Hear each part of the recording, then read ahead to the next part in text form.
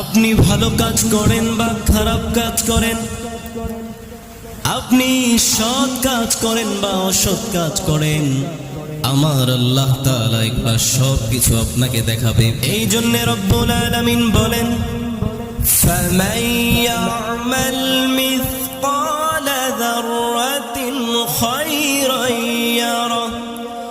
রব্বুল আলামিন বলেন, যে বান্দা বিন্দু পরিমাণ সৎ কাজ করবে, যে বান্দা বিন্দু পরিমাণ ভালো কাজ করবে, হাশরের ময়দানে আমার আল্লাহ তাআলা এগুলা সব কিছু তাকে দেখাবে।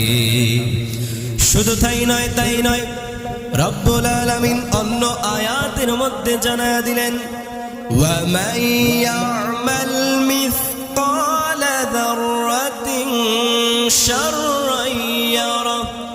রব্বুল আলামিন জানা দিলেন, আমার আল্লাহ তাআলা পবিত্র কোরআনুল কারীমের মধ্যে জানা দিলেন, যে বান্দা বিন্দু পরিমাণ অসৎ কাজ করবে, যে বান্দা বিন্দু পরিমাণ খারাপ কাজ করবে, আমার আল্লাহ তাআলা এগুলা তাকে কিয়ামতের ময়দানে দেখাবে। এই জন্য আপনার করতে হবে ভালো কাজ, এই জন্য আপনার করতে হবে সৎ কাজ।